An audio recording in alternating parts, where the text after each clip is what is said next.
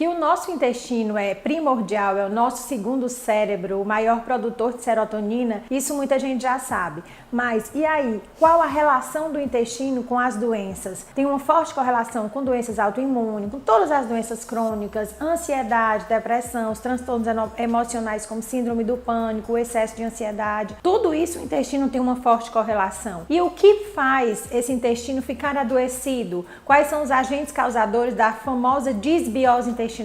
O que é que destrói as vilosidades do nosso intestino para que ele não seja esse órgão funcionante de uma forma íntegra? Uma vez que essas vilosidades são destruídas, eu diminuo a absorção dos nutrientes que são tão importantes. Então, quais são os agentes causadores dessa disbiose intestinal? A alimentação é um fator primordial e de extrema importância. O excesso do consumo de produtos industrializados, o excesso de açúcar, né, como eu já falei em vídeos anteriores, dos malefícios desse açúcar, e dentre eles é a disbiose intestinal, é um agente causador de disbiose intestinal. O uso de um antibiótico, principalmente de uso repetitivo ou prolongado, vocês não fazem ideia o quão é um potencial agente destruidor da barreira intestinal. Há casos que você usar antibiótico pode levar até 1 a 2 anos para essa barreira ser completamente restituída. Então, realmente é um fator de extrema relevância, o uso prolongado e o uso repetitivo de antibióticos.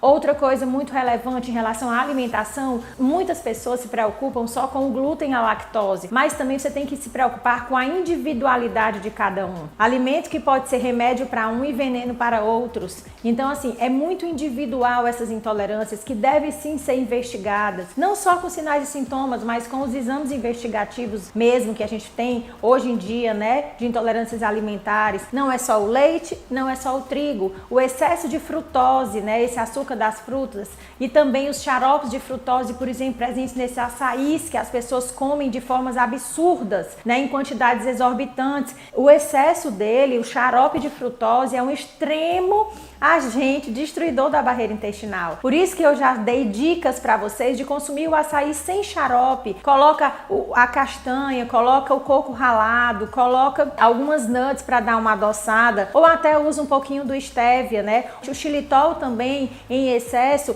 é um agente destruidor da barreira intestinal. Estresse excessivo, fortes emoções como raiva, medo, tudo isso tem interferência com o nosso intestino. As lectinas também, as lectinas são extremamente inflamatórias. E onde é que a gente tem lectina? No feijão, no grão de bico, nas cascas e nos bagaços. Então tem pessoas que têm uma certa intolerância a digerir bem a lectina. Então esses pacientes que eu costumo avaliar e rastrear em consulta, eu peço para a gente retirar até que a gente consiga primeiro restaurar essa barreira intestinal e depois ele volta a consumir. Então aí tem a forte correlação não só da lectina por ser inflamatória, que eu tenho que ter cuidado, como quais são os alimentos que têm lectina que eu tenho que retirar da alimentação e depois eu posso até reintroduzir, que isso funciona geralmente com as intolerâncias alimentares. Você não é intolerante para sempre, você está intolerante. A partir do momento que você trata e reequilibra o organismo, essa intolerância vai diminuindo e você vai voltando a consumir de forma cíclica, não voltar a consumir de uma vez com a mesma intensidade. Então vamos ficar alerta, vamos usar essas informações para que vocês conheçam,